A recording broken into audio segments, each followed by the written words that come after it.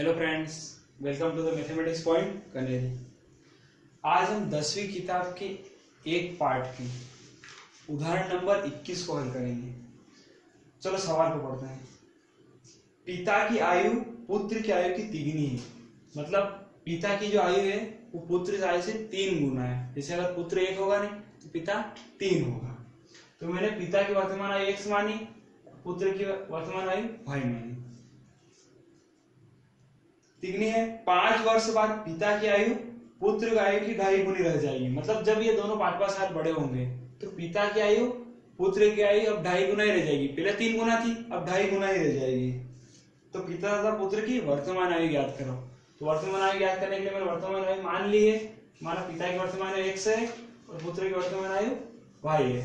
तो प्रश्न आंसर क्या हो जाएगा कि पुत्र तो पिता तो पहले से 3 गुना है, तो पुत्र भी मैंने 3 का गुणा करा।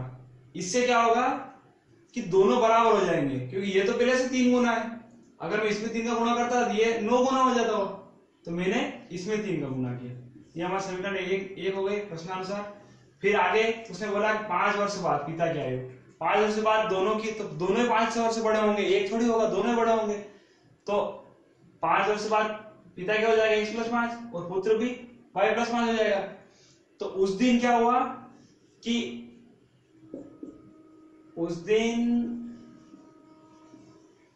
पिता की आयु पुत्र की आयु की 2.5 गुना ही रह गई। तो मतलब अब 2.5 गुना 2.5 कैसे लिख सकते हैं अपन? या तो ऐसे लिखेंगे या फिर 5/2 भी लिख सकते हैं। तो चलो यहाँ 5/2 अच्छा रहेगा लिखने में, 5/2 लिख लेते हैं।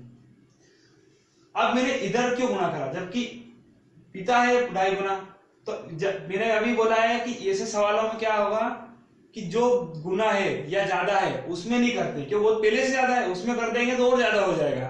हमें बराबर करना है, तो छोटे वाले में गुणा करना है, छोटे वाले में ही जोड़ना है, ये ध्यान रखना है।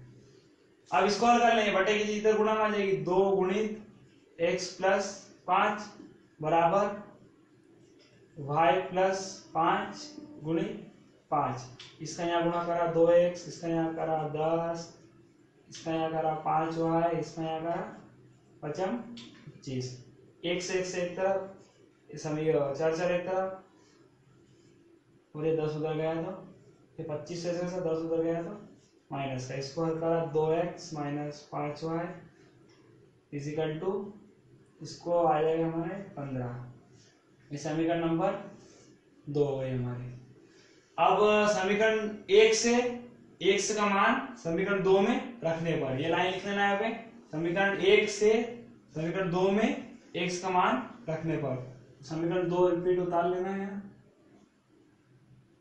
5y is equal to 15। तो 2 वो हमारा x का मान क्या है? 3y। तो 3y minus 5y is equal to 15। 3 दूनी 6y minus 5y is equal to 15। तो ये y इजिकल टू 15। मतलब हमारा पुत्र क्या है, क्या आई 15।